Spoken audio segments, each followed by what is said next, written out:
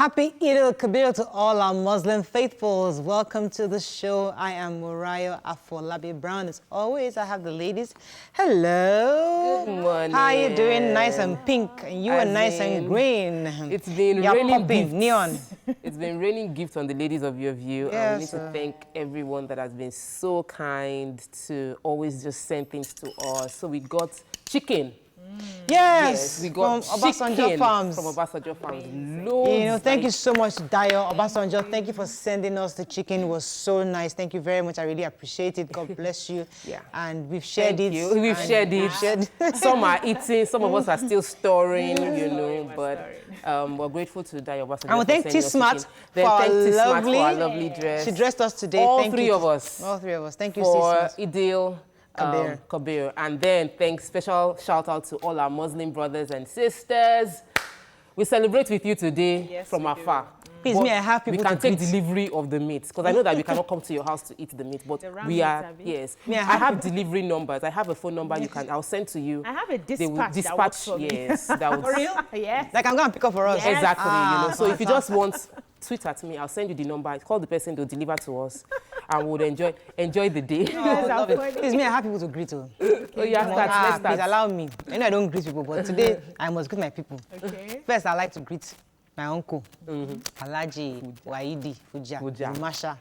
Happy Eid-El-Kabir to you and the entire Fuja clan, home and abroad, wherever you are. I greet you. Happy Eid-El-Kabir. I greet my auntie and her husband, Mr. and Mrs. Irobogbo, today. They're also celebrating.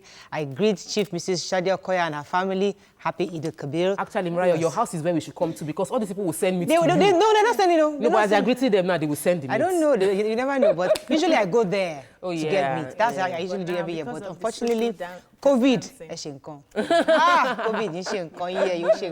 because I can't go around now. We're just in our house. But the meat would come. If people are saying, but my neighbors, so we are waiting Alhaji Odekunle. Don't need to call him. I'm waiting Alhaji. Like he hasn't got to. So I'm waiting Alhaji Odekunle and his wife, Mommy Islamia. Happy Eid-El-Kabir. God bless you. I'm expecting you on meat. And the other Alhaji in my neighborhood, Alhaji Shoni, Daddy Adams and Mommy Adams. Happy Eid-El-Kabir to you. I'm expecting my meat. Those ones they always send us every year. Never fails. Every year. So this year I know I'll get those ones. But God bless you all. God bless you. We pray that this season will be joyful, peace, happy, and COVID will not find us. There was another gift we got that we was in a pack like this that had our names on it. Yes. Books. The books. Yes, we got books too. Really, we need to just thank every one of you that keeps sending gifts to us. We appreciate and we'll tag you online. I think it was Pastor Olumide and Emmanuel that sent us that. Oh, that one. I've not opened it. I'm not sure. But I thank you so much. You've been so kind. It's been raining. I feel so blessed. This is July. Yes, it's July. July is just a month of gift. No, Maya, it's your birthday, but I've also been collecting. I've been so favored. I'm grateful to God. I've traveled a lot this month on the roads. And the roads are scary. There are many bad spots on the road, but this morning I woke up and I'm like, thank God. Almost every weekend this month I've been in Ogbomoso, and I'm very grateful to God that I keep enjoying journey mercies. Amen. You will not hear bad news. Your guy will go there safely and come home safely. In the mighty name of Jesus, nothing bad will happen to you. Continue to pray for you because anytime you tell me I'm going to Ogbomoso, this is Holy Spirit. Woman-in-law, and bring her back safely. Auntie, are you okay? Anything? No, I'm very fine. All right. She's just glowing. I'm just sitting pretty. Let's go on a break. We're celebrating today. We just want to hear from our Muslim brothers and sisters. Call us in, tell us what you're doing. My children did not sleep. They were listening to the ram all night. They were listening to the rams. Saying you must, this ram, man. Let's go on a break. We'll be right back.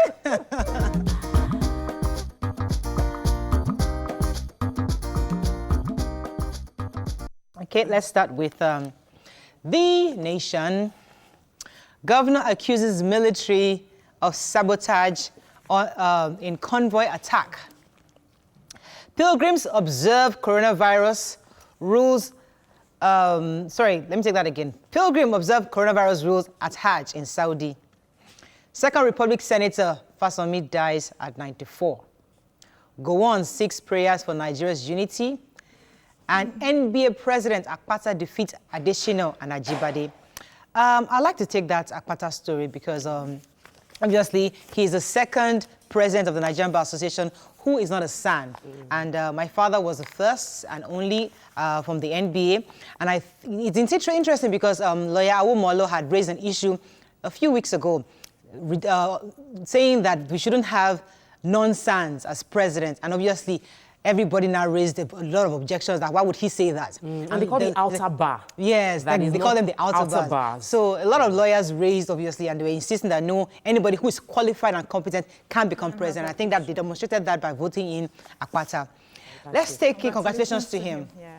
Let's take the major head. The governor accuses military of sabotage. So the Borno State Governor Babagana Zulum was attacked recently. I think I took that story yesterday while he was on a routine visit to the IDPs to give them aids, and he was attacked. He was thankfully there was a shootout between his personnel and the other people who attacked him, who were supposed to be or were called out to be Boko Haram insurgents, and then they had that shootout. It was weeks away into the SARS patrol van. That was how he was saved. But he is insisting that it's not Boko Haram that attacked him, that there's something happening in the military, saying that they have over 1,181 soldiers in Baga. They have 72 officers, 400 soldiers in Mile 4, and 1,900 soldiers in Mongono. So there's no way only 5 Boko Haram insurgents can, attack him. So that they need to check their structures and their command in the military. That's the story. Thank you very much. I want to quickly take on the story of pilgrims because it's one of the major headlines in the nation, saying that for the first time in modern history, Hajj wasn't open to foreigners, as opposed to 2.5 million people usually gather for the ceremony. A fraction, just a few thousands were there, and they observed all the corona rules. They had nose mask on. The president and Nigeria has also declared that some particular locations, the recreational center in FCT, would not also be open. And my prayer is, if this already happens in the Hajj in Saudi Arabia, let Muslim faithfuls in Nigeria observe coronavirus rules and social distance when they are praying. Let's move on to Daily Sun very quickly. Magu, I stepped on powerful toes. 2023, anger in Southeast over non-zoning claims by Buhari's uncle. APC Buhari governors, others mourn Afenifere leader Fasomi. And Salah, IGP orders intensive patrol nationwide. Okay, Southeast, who has that story? So there's still anger. The president's nephew, Mamandara, had spoken about competence, saying that that's the way forward now. We don't have to do the zoning or the rotation. So a lot of Southeast elder statesmen are speaking up. The First Republic Minister of Aviation, Chief Mbazulike, is talking and saying that he actually fought for independence. And what he's saying now is that there's no way, with all these sort of things that are happening in the country, there's no way there will be unity. And if we need to separate, we need to come together and find a way to share our equity so that people can move on. Then also, Professor Chief Emmanuel Iwanyan has also said that the Igbos have played a major role in the unity of this country because they are the ones who go far and wide to establish businesses. And so you cannot say that when the Igbos say, first of all, that they want to separate because they are not being given a chance, you call them treason. But yet we have Mieti Allah who has spoken that they want to install security officials across the country and nobody is speaking up about it. Let's take the major headline, Magu. Magu said he has stepped on powerful toes, and I'd like to read what he said. He said, unequivocally deny these allegations as same are all untrue and merely calculated to tarnish his name and that of the commission and the giant strides his administration has recorded. Not a dime of the recovered funds were converted to my personal account. And I challenge my accusers to produce evidence of any such fraudulent conversion. So he's saying it confidently that he has not taken our money, and hopefully we'll see if the probe indeed will set him free. Let us move on now to the Punch.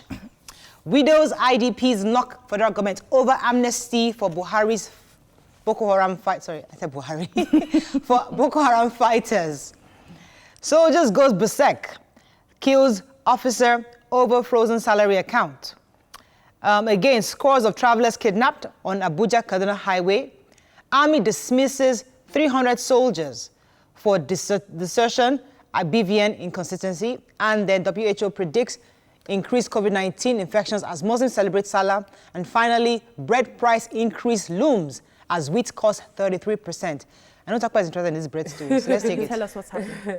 Okay, so people are speaking up concerning the bread price increase, specifically bread as the wheat used in making bread has increased by 33%.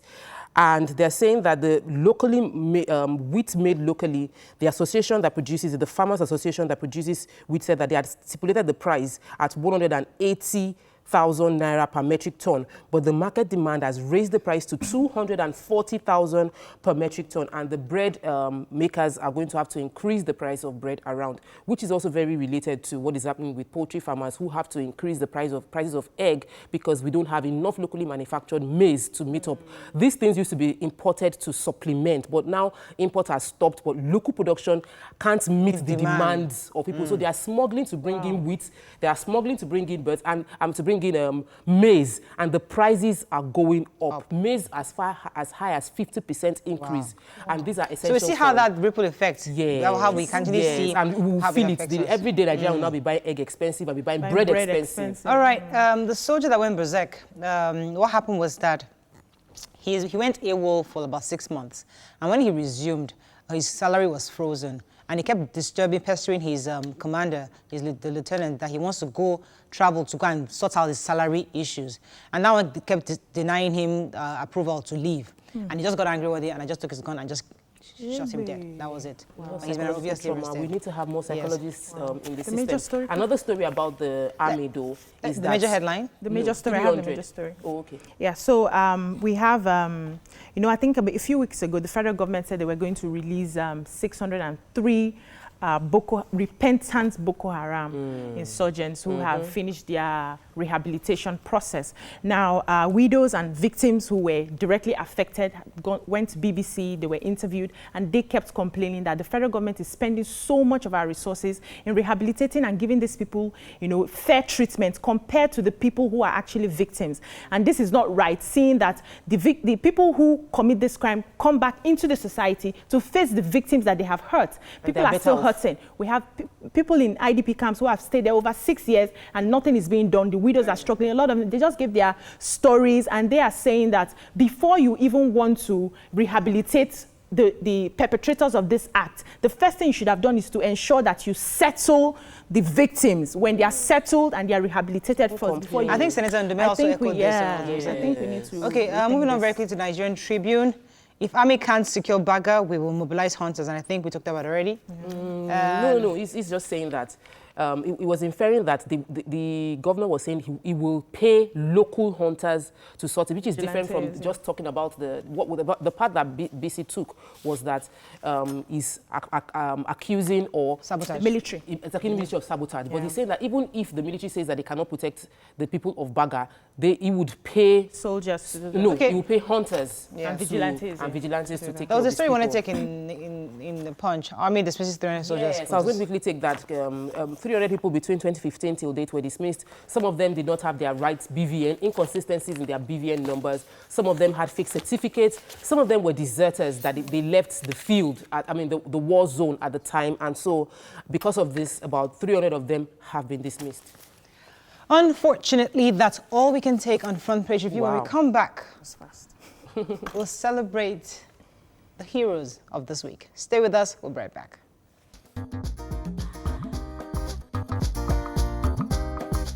Stay tuned. Your View will be right back. Thanks for staying with us. So Your View today, we'll be celebrating our hero of the week. We tell you every Friday, we're going to try to pick one Nigerian to celebrate the great things they're doing out there. So today is Lieutenant Victor Agumbiade. He was awarded the Navy and Marine Corps Development Medal for his exemplary accountability. According to the U.S. Navy, Agumbiade effectively managed its largest cash disbursing office, handling $45 million, which is approximately 17 billion naira.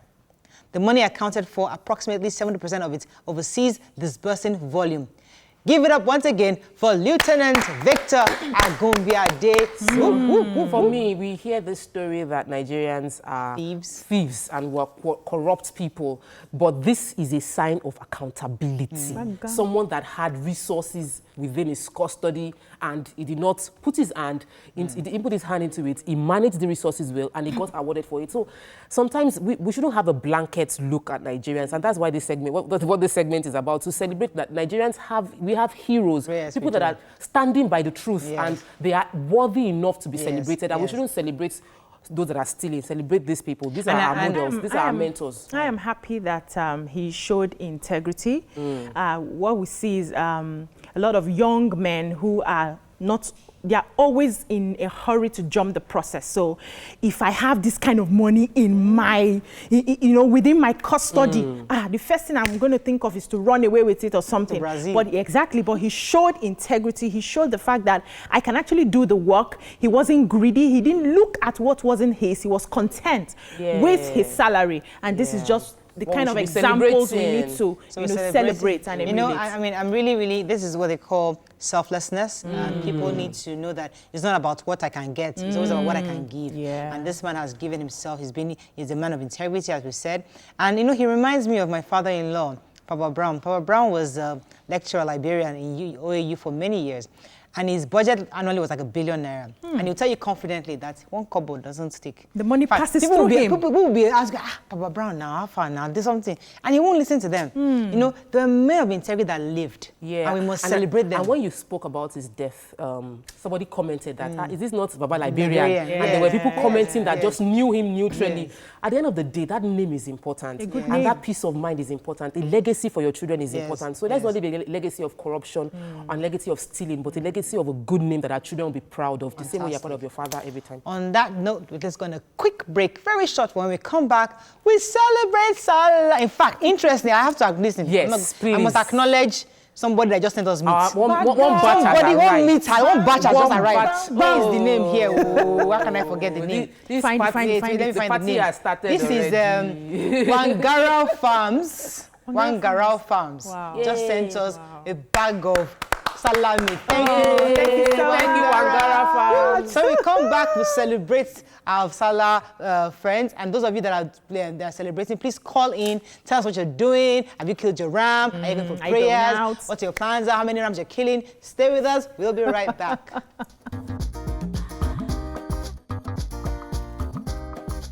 Stay tuned. Your View will be right back. Welcome back. COVID machine gone. Oh, bad gone. Bad COVID.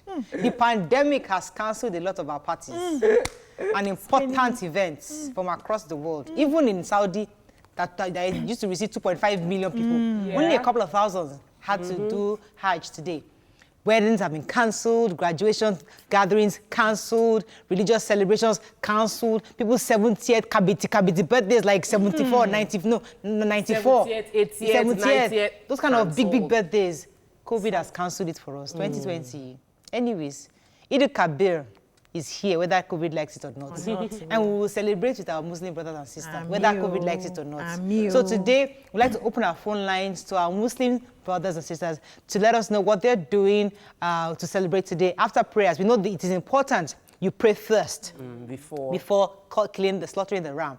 But usually we have an imam to talk to us, but I think this year everybody's a bit busy. But what are your thoughts? What are your plans for Salah? I don't have a lot of Muslim friends. Do I even have any Muslim friend? Nima. Maybe just Nima. Just Nima. But my husband used to have, or he had. And I remember he still has them.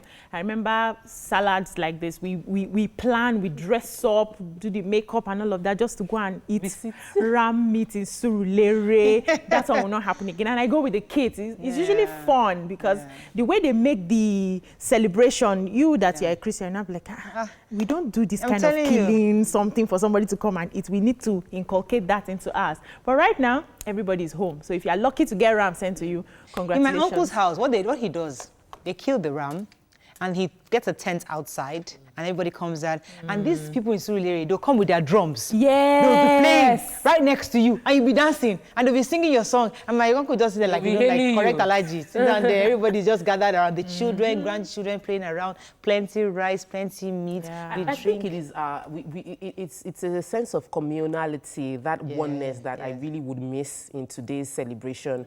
But while exercising yesterday, Mariah, I saw a camel. I'm supposed to post it. A camel where? A camel in Magodo, about to be butchered. As in, like they said, it is. I had no idea, guys. Have you ever heard about that? So maybe someone will call in. And as I was about to take the picture, I saw another person that was exercising, come and take the picture too, and said, this ram, it is camel they are eating in this place. Camel, that's huge. I thought that camel wouldn't have edible value because it is very useful in transportation. But in Nigeria, I think that it is really massive. For you to bring a camel from which countries? That cannot be in Nigeria. No, but we have camels in the north. Oh, we do? So, So a camel came to Lagos, and a camel is in Magodo. You know the family that is I killing have the camel? no idea. This camel is going to die. If you know the family now. that knows, I want to taste a camel. I've never had it before I'm even in my feeling life. for the life of the camel now. No, please leave that one. I would eat a camel.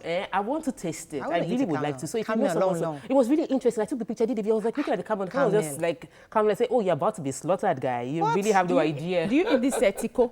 You know tiko meat, dry meat that they use for banga soup. Kilishi. We have no, not tiko. kilishi. They say it's Tiko from camel.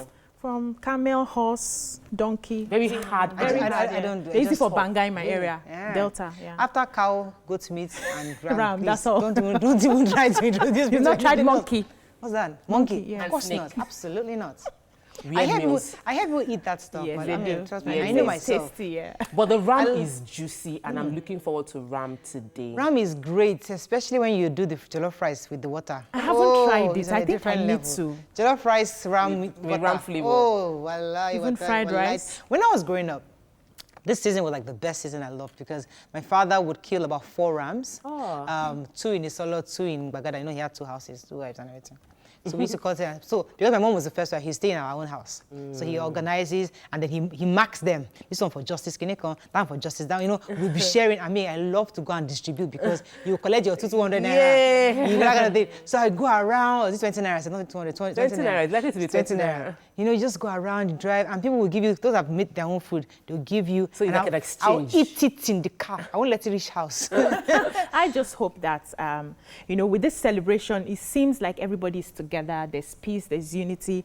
I just wish that after the celebrations, that peace, that communal living, you know, just finds a way to continue. Because what we see by the time the celebrations are over, everybody just faces themselves. You face your religion, I face my religion, and there's no point that we come together except in this Salah celebration. So I just hope that, you know, our leaders, our religious leaders will look into if we can come together under one umbrella to celebrate whatever it is we're celebrating, we can actually live in peace. Desperately trying to get calls in. I think the lines are jammed. Everybody's trying to call at the same time. So the lines are a bit jammed. But let's take a few tweets. Anybody tweeting on Salah? It'd be nice to hear your thoughts on Salah. We just want to just celebrate. Oh, they are praising us. Let's even hear Nima. Let's call. Beautiful. If nobody's calling in, call Nima. Let's call Nima and find out what she's doing today. It's been nice. Beautiful this morning as always. Thank so you. colorful. Thank you. Douglas says. Olarinwaju says, gorgeous faces as ever. Well, I am blushing on you all. Eleku, eku ewu odu ileya. Hey, Jesus Christ of Nazareth. Eku ewu. Odun ileya. Okay, odun Hey, ileya. don't But I worry. got the eku ewu now. You tried. Andrew Stratham says, Bego, tell them to send my Salah meat via Twitter. The technology is possible. We'll All right, try. so I think we'll take our hot topic in the meantime because since we don't have any calls coming in right now, we have this really interesting hot topic that was just interesting. Personally, I don't know. I feel it doesn't make sense, but hey, let me not judge. We found this story online according to a Twitter handler. She said that no man should leave a woman after 8 years of relationship, saying that a broken relationship is better than a broken marriage. What are your thoughts on this? Actually, this is not the story I was talking about. Referring to the one about you can marry your brother-in-law. Okay. But this is an interesting story. Yes. Because we had a show on this where somebody said, don't let anybody padlock you. Those And padlock that thing them. stuck on my head for a long time. Padlock. Like, never allow a man padlock you. So when is the right time to say, are we doing this thing or we're not doing this thing? What are the indicators? Should I know that this man is here or he's one leg in, one leg out? We'll discuss that after the break. Stay with us. We'll be right back. Stay tuned. Your View will be right back. Trying to get calls, but don't worry, you can still call us for Eid-El-Kabir. It's okay, we're celebrating all day today. But, oh, I think we have a call. Hamed, are you there? I'm there. Good Happy morning. Eid-El-Kabir. Happy Salah. Salah to you guys. Have you guys gone to pray today? Very well. The situation here does not allow us to go out here in Ireland. Oh, Ireland. So I'm a first-time caller. Welcome to the show. I've been following your program since all these days, but Wow. each time I try calling, I can't get through. Thank That's my you. problem. Thank you very Many much. of your issue I want to participate on, but I don't get through. Yeah. Please, there's one thing I just want to say to Nigerians about our issue in Nigeria, which is corruption. Many times I want to participate in that issue of corruption aspect, but I never have time. My calls are not going through. Please, this is our number one COVID. This is our number one corona. This is our number one sickness in Nigeria. We need to find a solution with it. The way we are looking for cure for COVID, cure for malaria, I want to say something to all Nigerians, please. The judgment for corruption in Nigeria should be death sentence. Then everybody will sit high. They'll sit up. Thank you very much, sir. All right, so it's always good when people would like to call in and share their thoughts on other issues, which is great. Thank you very much for calling in from Ireland. Okay, so our topic today, our focus is, when does somebody know if they are being padlocked? Now, it goes both ways. If a man is padlocking you, if a woman is padlocking you, either way. But the idea is that, when do you know to say, you know what, we're done, and I'm moving on? I know I had, in the past, I had a friend who I observed that she was being padlocked, and I had a very frank conversation with her. I told her, I didn't even mince words. Ho-ha. This guy ain't going nowhere. You saw it. I told her straight up. Of course, till today, both of us, we had that issue because she just felt that I was, maybe she never really forgave me for that conversation. But the truth is that I could see it. It was obvious. Was it true? Let the man go and let this guy and just move on, because you're such a good person and another person will come, you know. But unfortunately, some women are blinded by the emotions and they can't see. But now, so the conversation is, Okay. how would you know as a person? And if you find out your friend too is being padlocked, how would you approach that situation? It differs. Okay, go ahead. It differs for each person, and what our expectations, the expectations we have, the timing we give for a relationship to flourish, the timing we give to bond and know each other differs. So for me, when I was dating, my maximum, my limit was 3 years, because I had a consciousness that anybody I wanted to date was somebody I could marry. So every relationship was a potential marriage, and it was just waiting for, is the guy ready for us to move into that level? And most of them it was a financial issue. But for other people, they feel like in 6 months they know each other enough to say, I want to marry. For others, they're still tagging along. So it might differ. For me, 3 years is max. Like, if at 3 years, I'm putting 3 years. If at 3 years you've been dating, you know that there's no dating anymore nowadays. People just do friends with benefits. Like, if you're dating, and I feel like young people need to clarify that, are we just seeing each other? Are we just friends with benefits? Or are we in a relationship where we are committed to remain with each other? If you have been dating consistently, at the point of 3 years, you should have that conversation with each other, that where are we going with this? And you should have the boldness to say, where are we going with this? Done. And if it doesn't work... I'll come to you, BC. Let me take this call from Oluwaseun. Are you there? Yes, Oluwaseun. Welcome to the show. I'm a first-timer caller. Miss Modrayo, your clothes is beautiful. Thank you. Go ahead. I like your clothes. I just want to wish all my Muslim friends in Nigeria, in Magojo. Yes. I still love international school. I want to give them all. Happy Salah. Happy Salah to you too. Thank you so much. Okay, so please, we want more exciting people to call like that. Yes, please, we want that joy, you know, when you call. Yes, so your thoughts on this matter? I think we're not really honest in our conversations when we're starting a relationship, because it's not everybody that is like Tokwe who gets into a relationship with marriage as the end goal. Yeah. We don't really get into the minds of these men. Some of them, they just want to play. Some of them, they just want to, you know, just let me just have somebody. Yeah, let me just have somebody to while away time till I'm ready. You don't know, because we don't have the conversations. No, it's not about wickedness. It's just the way it is. But because we don't have that honest conversation, the woman now gets into that relationship with her mind that, this one is marryable. I will marry this person. And at the end of the day, that guy was just wasting your time. And I also do not believe that people padlock you. Nobody has the right to padlock you. You are the one padlocking what yourself. we say, yes, what we see is because you are so emotionally invested in that relationship, when you are seeing the red flags that this person is not taking me serious, this person is not ready, you don't want to go, because you calculate, hey, I've spent 2 years, I've slept with him, I've cooked for him, I've washed for him, all my family members know him, and you stay there. So it's not him padlocking you, it's you not having the willpower to leave that relationship when it's no longer serving you. So we need to be honest in our conversations. What are we getting into? Why are we getting into this relationship? Do I have the characteristics that you want? Do you have the characteristics that I want do you have a list in like marriage? Mario? Yes, do you have a list? And I think every young lady should have a list. What do you want? If the person is not checking that list. But sometimes, BC, I don't know if it's fair to put a date or to, but this, because everybody's room might not fit somebody else. My own room might not fit the other person. So somebody has dated somebody for like 10 years, and they eventually got married, and they're happy today. So it's not all the time. When did you start that relationship? What were you doing in that 10 years together? What were you doing in that 10 years? Were you dating I want you to hold that thought. That's an important thought. Let me take this call first.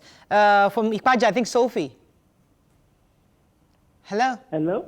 Hello? Thanks for calling. Go ahead, Tosin. Good, yes, I'm calling from Papa Jao. Welcome to the show. A first-time caller. Happy celebration to you, ladies. Yes, thank you. You ladies have been doing a wonderful job. Thank you, ma. I love Murayo. You're just my kind of person. Thank you very much. And just to remind you, those Salah meat you've collected, send mine. Don't worry, just send your address. We'll mail it to you. Just the way Tokwa is going to send dispatch riders to collect it. That's how I'm going to send mine to your different homes. No problem. All right. Happy celebration. Thank you very much. Thank you so much.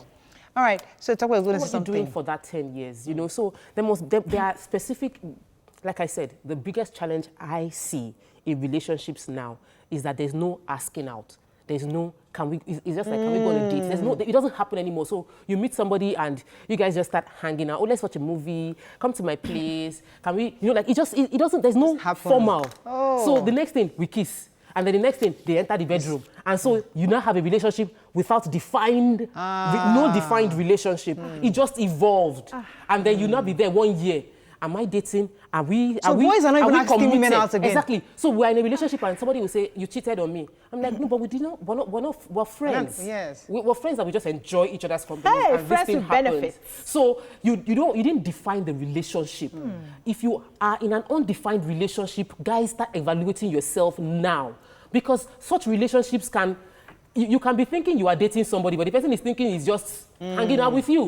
So in your mind, you have been padlocked for 5 years, when in actual fact, the guy has the person he wants to marry. You are just a side, you know, you are available. That person is the person he wants to marry. So even if you have the conversation, they can still have somebody at the corner. Yeah. While you are. You will know you had that conversation. But, and I don't know, I grew up in the generation where, I think it started from my generation where they don't ask people out anymore. It's bizarre to come and say, I like you, I want to go out with you. I've never had that. At least I'm married to my husband and he didn't ask me out. We became friends. So it's okay to, you know, move from becoming friends gradually into something more.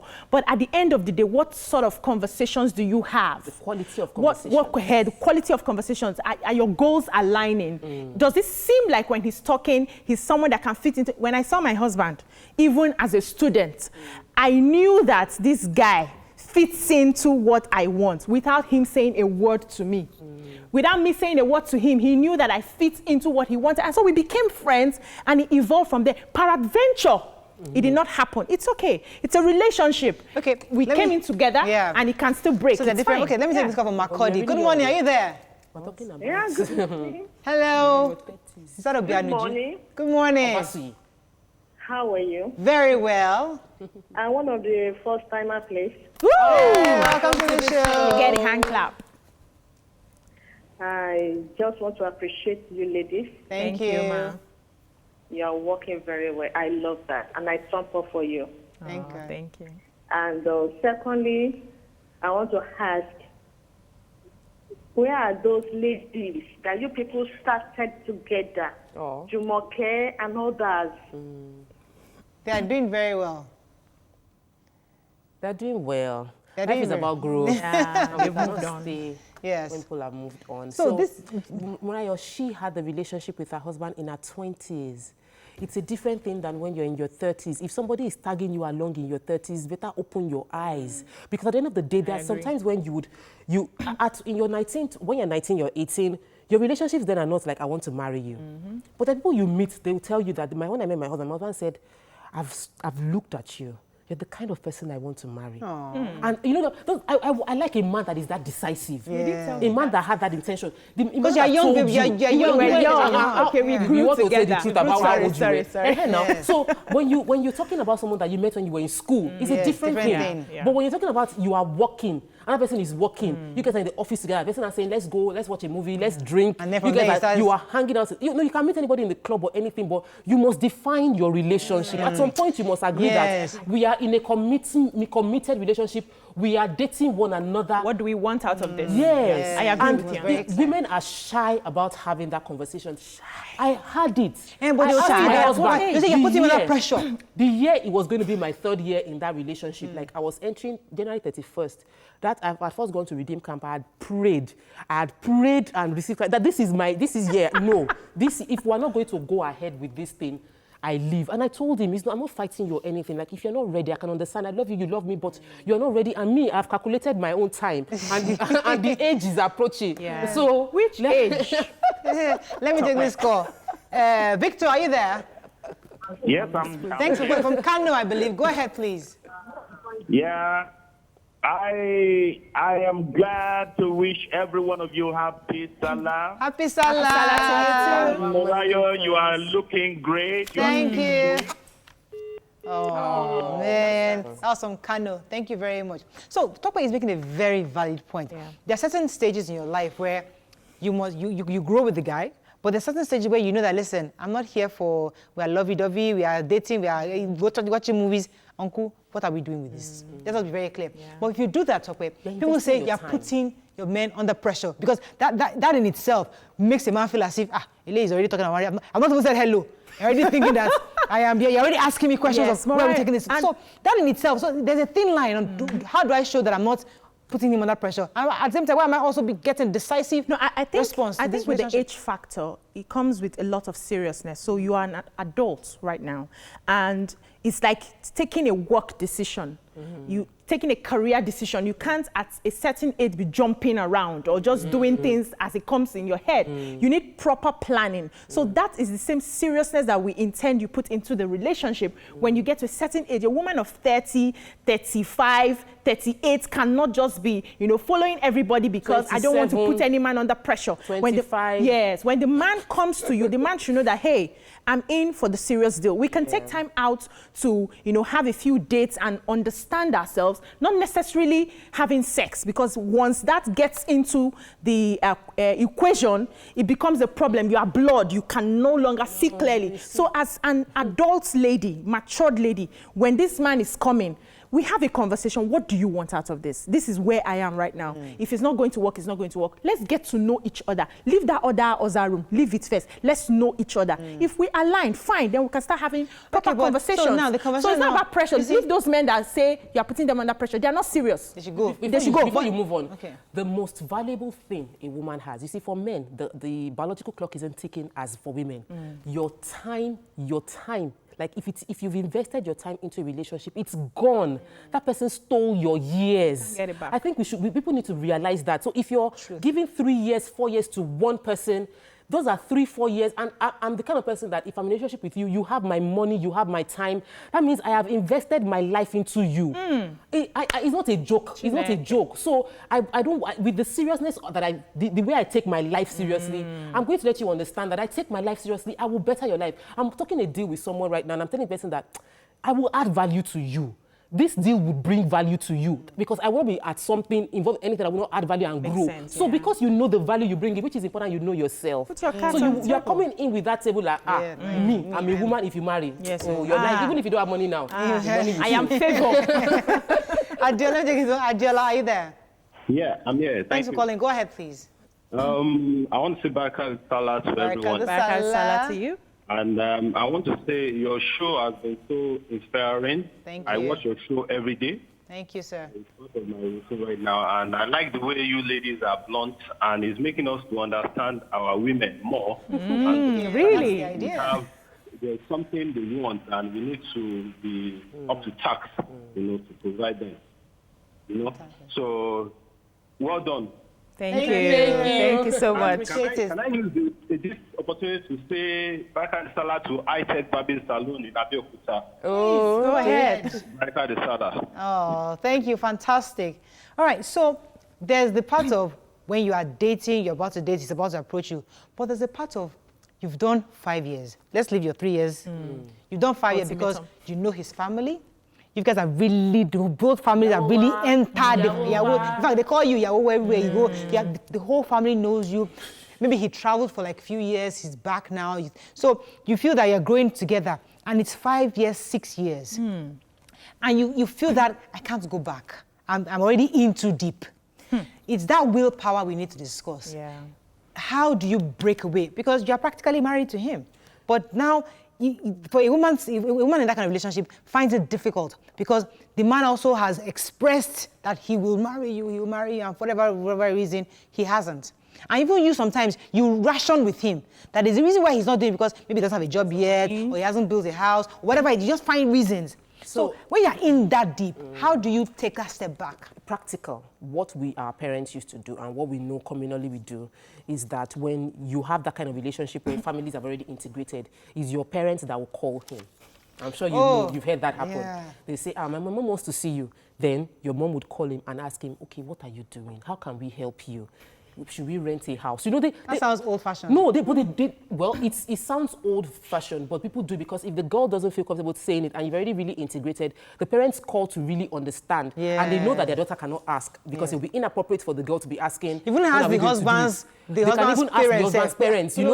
So I think that parents might need to get a bit more involved than that. Our girls nowadays will say, no, don't put your mouth in my affairs. I don't want you to make it look like I'm begging the man and all of that. But it might help for parents to step in at that point to ask the questions the girls and the girl or boy are scared to ask each other, that what is going on, how can we help you? Because sometimes there might be some factual issues, financial issues, or maybe fear that you might say, let's discuss this thing. What is the issue? Let me guide you through it. I will help you.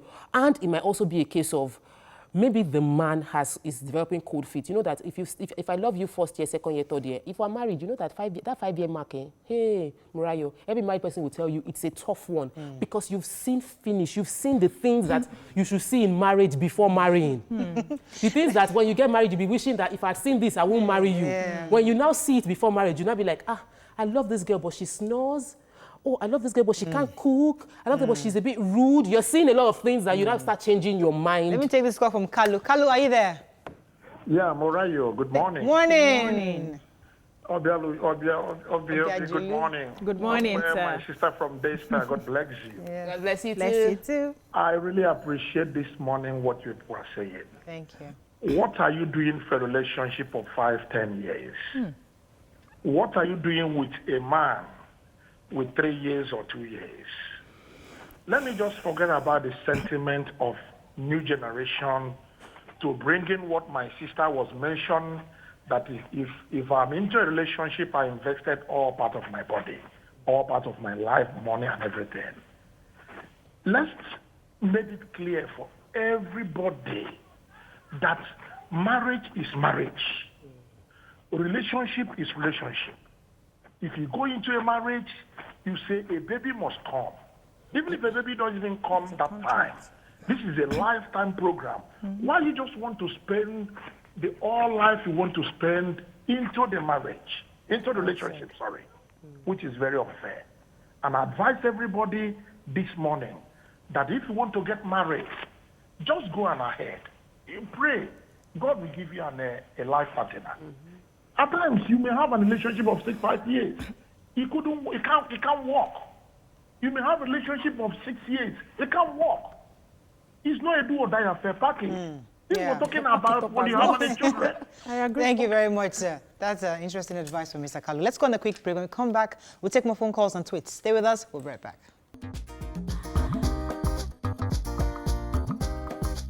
Stay tuned. Your View will be right back.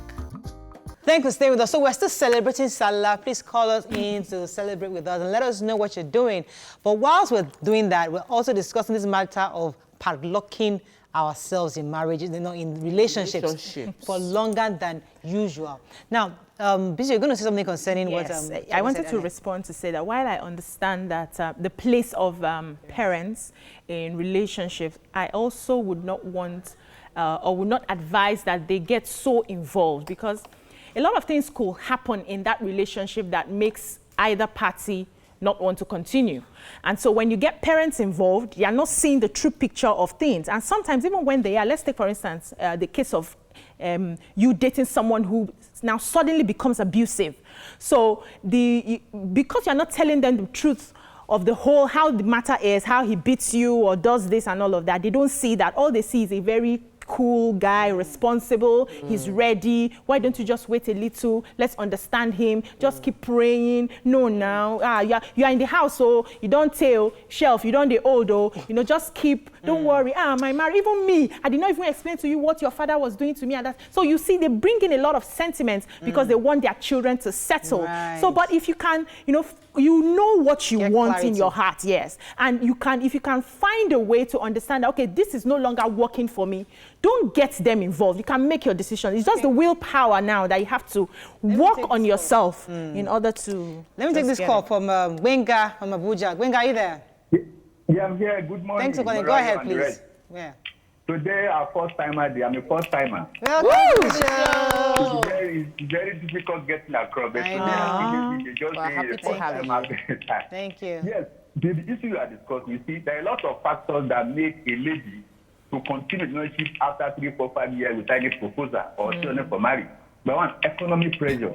Because the lady see this man meeting some needs. I mean, being able to provide for her. True. And it feel that, well, if you can buy this, you bring this, why you are not yet committed, I believe can do better. But that is years, he wants to continue. And now it's peer pressure.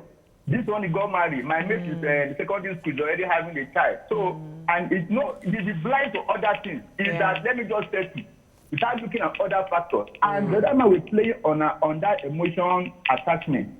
Another thing is parents. Parents sometimes not helping the children, that their daughter.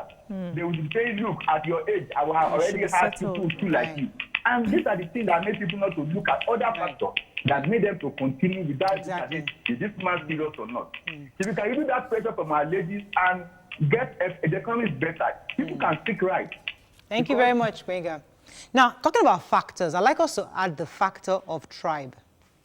Because when you're married, maybe you're a Yoruba girl and you're dating an Igbo man, and both of you have been dating for a while, and no, he loves you, you love each other, but the restraint he's having is because family doesn't want him to marry a Yoruba girl. And there's this continual conversation that, don't worry, I'll convince them, I'll talk to them. You go there, you try to be the good girl, you do your part as a Yoruba girl to be a good girl, but his family is just saying, uncle, it's not going to work because you're going to marry this person. So you now stay in that relationship hoping that he will tell his parents, convince them to change their mind, and he keeps telling you, leading you on, and you've done 6 years together. And you're believing that at some point his parents will accept you, and then now, it's not as if he doesn't want to. He wants to. Can he elope with you? He doesn't want to elope because he believes that his family would be. And if your own family doesn't want you to elope either, because your family knows that when his sisters start coming to the house in future, it might cause problem for you. So they don't want you to marry until both parents have agreed. So in that situation, what does a woman do? So for me, I told my husband that if I come to your house and your mother doesn't like me, I will leave. I don't care that I love you. I don't care that I've invested time. I will just leave because I cannot stand to marry someone and the family members do not like me. If anything happens tomorrow, they will not have my back. And I needed that support from them, as well as getting support from my own family. And I told him, I was like, I know you can't do that. And I said, I'm telling you, just pray that I go to the house and she likes me. Okay, it worked for me. Now, what I would tell people is, you need to, as a woman, we need to start raising our girls to have a healthy self-esteem, where you don't allow any other factor to, want to put you in a box or try to close you up or try to make you feel like without this person you cannot be, or you cannot succeed, or you cannot be better, you cannot do better. We need to raise our girls to that point where they know that if you go, I will get someone who's better because I have a good head. I will attract someone who's better, who will take care of me, who will pamper me. So it's okay if he works out. If it doesn't work out, fine. So when a woman is in that space and the woman gets into that relationship, trust me, she notices that the family, whether it's tribe or any other factor, they don't want her, she will step back because she knows that I cannot live all my life trying to please these people. For how long will I Let me take this call from Olatunji. Olatunji, are you there? Good morning, Good morning. Thanks for calling. Salah to Barakah Salah to you too. You're looking very beautiful. Thank you. Yes, I heard your conversation over the somebody that wants to kill camel. Yes. At Magodo. Yes. Yes, camel is applicable as rams in Ileya festival. Really? Oh, yes, thank you. And it's exclusively for the rich. For the rich. That person has if you can afford it. Please drive by that place. Cinema area, most of the houses people kill camel. Oh, thank you for giving us that information. The rich. Oh, fantastic. What about cows? Cow. Cow, according to the ratings, actually, Agbo, that is the ram, is the most unique. Right. Then, in ascendancy, cow, camel follows. But the utmost one is ram. Ram. Fantastic. Thank you very much for clarifying that. Thank you, sir. Thank you. You're welcome. So we're talking about other factors, yes? Yes. So for me, I think that Tribal factor. The tribal factor. I'm in an intertribal marriage, very intertribal. Oh, that's true. You're Yoruba. Yes, Your husband I'm is Yoruba. My it's husband close is now. Edo. No, we don't speak each other's language. He doesn't understand. I don't understand his. So, and I'm an only child. My parents' first reaction was, the only person, this is my only child. You now go and marry somebody that I cannot speak Yoruba fluently with. But I think that it goes back to the individual being confident, being a confident man enough to face your parents and tell your parents, I want to marry this person. If your partner is delaying for 5 years, trying to convince his parents, believe me, that marriage will be full of many situations where he will be unable to take decisions on time. That decisiveness is a sign of maturity and a sign of manliness, and necessary for both men and women. The woman too should be confident enough in herself to know that this guy, I can walk away from you. It's okay, I really love you, but you are not able to decide. And I cannot tie my life and my future to an indecisive person, because you're doing that will mean that your own life is also limited in what you can accomplish. You will not be able to make up your mind as you want to. So the confidence in which we instill in our children to make their decisions as we guide them along the way is very, very key. You see, there's nothing as good as having 2 life coaches on this kind of issue. You guys are just awesome. Awesome. Let me take Pastor Titus. Thanks for calling. Are you there? Yeah. Go ahead, please. Good morning, Mura. Morning, you're live. And you. Barakah Salah. You are all doing a very great job. Thank you. And I give you the kudos. Thank you, sir. Yeah, in respect to the topic under discussion now, yes, I want to say that it is very, very unhealthy for a lady to be in a relationship for that long without actually making his intention known to the man in question. You see, because normally, we believe that you cannot read anybody all through. Life is in process, and we learn people on daily basis. So the issue of staying in a relationship that is maybe courtship, as they may call it, for 5, 6, 7, 8 years is abnormal. I believe that even under 6 months, normally, one should be able to know where he's going and be able to define a relationship and be able to actually establish where he wants to be. Thank you. So that is just... There are other grievous factors. Yeah. Like a woman has had abortions for you maybe 4 times in the last 5 years. You know, these are real life issues. You've had the thing whereby because you're not ready, she has to take it out just so that to save face and everything. And now you've done this for 5-6 years with this person, and he still hasn't made a decision. So you as a woman, you feel used. You feel used. She doesn't. That process has even killed her confidence in herself because she'll be like, I'm like a used product already. I think that, so she wouldn't want to leave because I've been used. Them could just stay here. Right, you know that we spoke about virginity and all of that, and I've said it over and over again that the reason a woman should keep her virginity or stay away from sex in a relationship is because of the way she values herself. So because when you open up yourself to a man like that, this is your vulnerable space. You know, so there's that feeling that I have given my all, I've given myself. So keep that yourself, as that's your last card. Don't give it. Unless the person has given you value in return, which is that I've paid your bride price. And I'm saying this, it's not like I wish I had the knowledge to do the same. So for anybody I'm talking to now, it's like, we've been there, we've done that. It is worth it to hold on. It's worth it to wait. And there's no saving face. There are many people who's single with a child or with 2, and they'll tell you that I'm so grateful I didn't abort this child, because my life would have been nothing if I didn't have a child to say this is years of being single. At least I've been able to raise a child. So there is no error in God, and we should learn to just. And I don't want. This is a religious. But is that enough reason to just stay? No, that's the question. No, whatever it is. But before we even get to the reason whether you're staying or not, we need to start opening the minds of women to understand that a relationship has no contract binding you. It's just 2 people who decided to get to know each other, have fun, or do whatever it is. There is no legal contract that's binding you. Whether it's courtship or not, as long as there's no document, you did not sign anything, anybody can take a walk. If you have that at the back of your mind, you will not, submit yourself to be taking out babies because you want to keep his love for you. You will respect yourself enough to know that there is no covenant binding me, protecting me if anything goes wrong tomorrow. That's why marriage is there. But let's even look at the other side of where women use men to buy time. From the East, we have a lot of women who they know they are not going to marry this bobo, but they stay with him for years, waiting for one rich man to land and carry them away. And you see most of their men heartbroken. And you see their young men do not get married on time. They work because they need to have that money, or the girls won't look at you. But they use you to buy time. So in that case as well, what do you advise the men to do? When you know the woman Jam question. Let me take this call from Senator Bashir Adebola. Thanks for calling, sir. Go ahead, please. Are you there? Yes. Good morning, sir.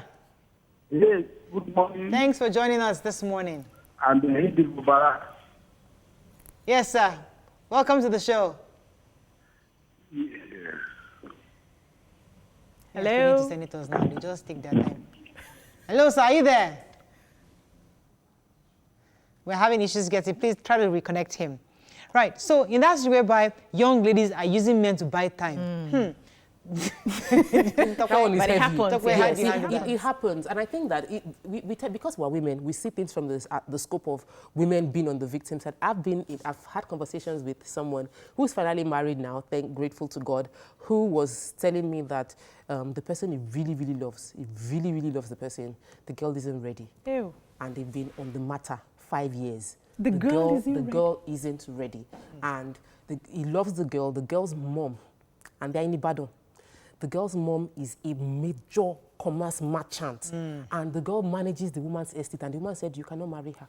You cannot marry him. And so the guy is waiting for when he's trying to have enough money because he feels like maybe because he's not rich, that's why. So, but the girl says, I love you, but my mom needs to agree. You know, so there are cases where it's the woman who's trying to buy the time and all of that. So I think that it works both ways. If you have value, you work with your value. You go to where you are appreciated and where your value is accepted. And give yourself a time. Like, you know what, after this guy's not answering me, or this woman is not answering me. Take a break. I'm done. Yes. Let me take this call from Senator. Senator, okay, you're back. Thanks for calling, sir. Yes. Good morning. Good morning, sir. Greetings to all Nigerians on this very important occasion of Eid-El-Kabir. Yes. And we pray that God will use this occasion to heal the world from the bleeding pandemic. Amen. And also bless our efforts. It's a day that calls to submission to the will of Almighty God, and also to sense of sacrifice, both in terms of physical and the spiritual. And we hope that Almighty Allah will accept our sacrifice in our lands and ensure that the prosperity and development in our society. Amen. I particularly thank your crew for doing very wonderful job. Thank you, sir. Thank you, sir. Here on our democracy, and I greet the people of Osun Central. Thank you, sir.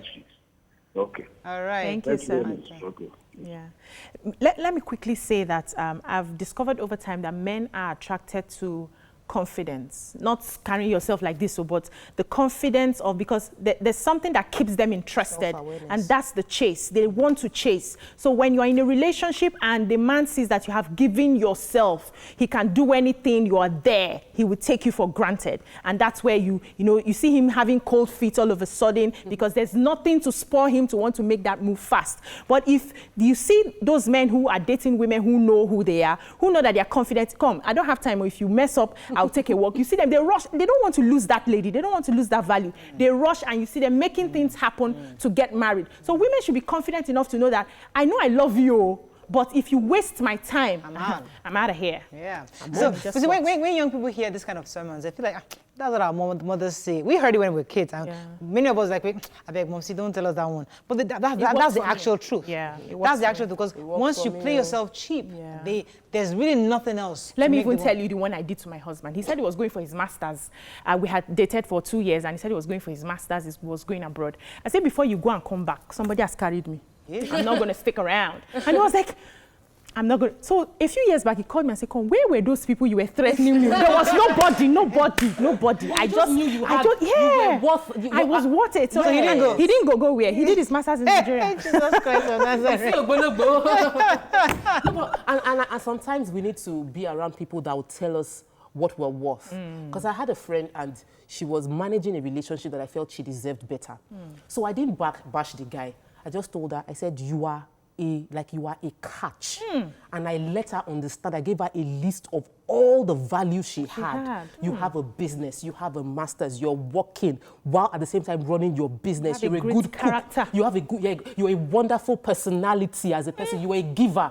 Any man that has you has found a great virtue. So don't sell yourself cheap, and understand this is who you are. So I think, and I could see the light dawning on her that really, actually, I have all of this. She didn't know. Many times we have so many things in us that we're not aware of. So when a man is boboing you, you are thinking, is this one that is making me feel special? No, you are already special. You are more. That helps you to come into that relationship with value and say, give me what I earn, what I deserve, what I should get. Please don't be padlocked. I beg. Okay, I think we can wrap up on the show. That's fantastic. I love it when you life coaches, give us this kind of guidance. It's a fabulous show. Thank you so much. I really appreciate you this morning. Darling. Thank you, Mariah. Once again, we'd like to wish our Muslim brothers and sisters there happy Eid-el-Fitr. Thank you in advance for all the Eid-el-Kabir. Eid-el-Kabir. Thanks in advance. Eid Mubarak. Thanks in advance for all the meat that is coming in. If the meat alone, I beg. At least we've got Wangara food has sent us. We've got one. It's a good place to start. But now that we've announced this, the whole of TVC is waiting for us. So they won't let us leave this studio. No. They want to collect this meat. I'm wearing a special package. I'm wearing a boob. I can easily put it inside. That's all we can take. Have a fabulous weekend. We'll see you Monday. Bye.